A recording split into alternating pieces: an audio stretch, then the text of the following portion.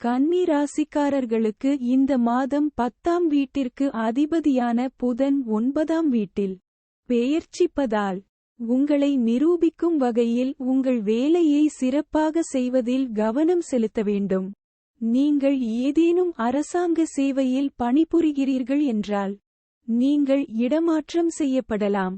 அதாவது நீங்கள் ஒரு இடத்திலிருந்து மற்றொரு இடத்திற்கு அனுப்பப்படலாம் என்பது போன்ற சில மாற்றங்கள் உங்கள் வாழ்க்கையில் இருக்கலாம். இந்த காலகட்டத்தில் துறை மாற்றம் சாத்தியமாகும். 5ஆம் வீட்டின் அதிபதியான சனி பகவான் 6ஆம் வீட்டில் அமர்ந்திருப்பதால் கல்வியில் தீவிரம் காட்ட வேண்டும். கடின உழைப்பு இல்லாமல் வாழ்க்கையில் எதையும் சாதிக்க முடியாது மற்றும் வாழ்க்கையில் குறுக்கு வழிகள் எப்போதும் வெற்றியடையாது. எனவே அவற்றை தவிர்க்க வேண்டும். 2ஆம் வீட்டிற்கு அதிபதியான சுக்கிரன் 9ஆம் வீட்டில் அமர்வதால் குடும்பத்துடன் நீண்ட பயணங்கள் செல்லலாம். நீங்கள் அம்மனை தரிசனம் செய்ய செல்லலாம் அல்லது அழகான இடங்களில் உலா செல்லலாம். குடும்பத்துடன் விடுமுறையை செலவிடுவது உங்களுக்கு நிறைய தளர்வை தரும்.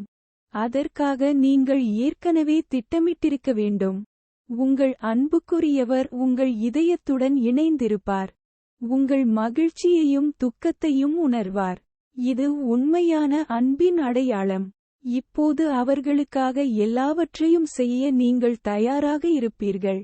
இருவரும் ஒருவரையொருவர் ஆழமாக மதித்து ஒருவருக்கொருவர் நேரத்தின் முக்கியத்துவத்தை புரிந்துகொள்வார்கள்.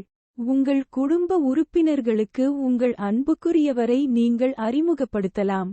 நீங்கள் திருமணமானவராக இருந்தால் உங்கள் திருமண வாழ்க்கையில் சில பிரச்சனைகள் வரலாம்.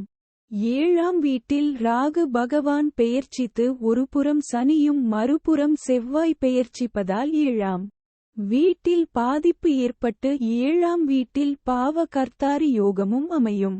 இந்த நேரம் தாம்பத்திய வாழ்க்கைக்கு தொந்தரவாக இருக்கும்.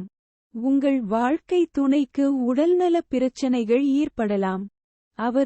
அவள் நடத்தையிலும் மாற்றம் ஏற்படலாம். அதன் விளைவு உங்கள் திருமண வாழ்க்கையை நேரடியாக பாதிக்கும் மற்றும் உங்கள் இருவருக்கும் இடையே தவறான புரிதல்கள் அதிகரிக்கலாம்.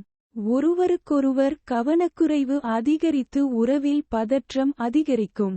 சனி பகவான் 6ஆவது வீட்டில் இருக்கிறார். அவர் உங்கள் 12ஆவது வீட்டை முழு பார்வையுடன் பார்க்கிறார். இது உங்கள் செலவுகளை அதிகரிக்கும். நீங்கள் வங்கியில் கடன் வாங்கலாம். இதனால் கடன் சுமை அதிகரிக்கும். சனி பகவான் 6ஆவது வீட்டில் இருக்கும்போது சில தீவிர நோய்களின் வளர்ச்சியை குறிக்கிறது.